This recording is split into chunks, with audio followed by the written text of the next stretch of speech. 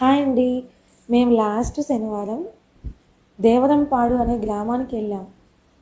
అది పిడుగురాళ్లకు 7 కిలోమీటర్స్ దూరంలో ఉంటుంది. ఇక్కడ శ్రీ వెంకటేశ్వర స్వామి వారు కొలువై ఉన్నారు.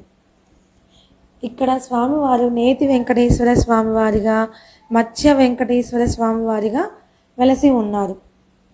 చాలా బాగుంది ప్లేస్. ఇది దట్టమైన అడవుల మధ్యలో స్వామివారు కొలువై ఉన్నారు. ఇక్కడ వెంకటేశ్వర స్వామి వారికి రైతులు తమ పాడి పశువులు ఈనిన తరువాత మొదటిగా వచ్చే వెన్నని ఇక్కడ స్వామివారికి అభిషేకం చేస్తారు.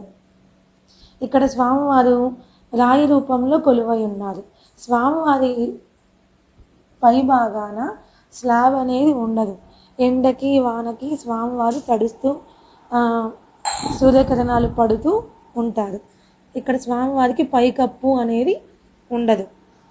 వెనక స్వామివారి వెనక బ్యాక్ సైడు వెంకటేశ్వర స్వామివారిది కూడా చూపిస్తారు. మత్స్య అవతారంలో చూడండి, అదిగోండి మత్స్య అవతారంలో స్వామివారు కూడా ఇక్కడ వెలిసి కొలువై ఉన్నారు. దర్శనం చేసుకోవచ్చు.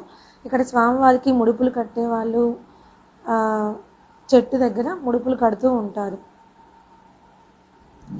ఇంకొకటి, ప్రతి శనివారం కూడా ఇక్కడ స్వామివారికి దగ్గర అన్నదానం జరుగుతూ ఉంటుంది.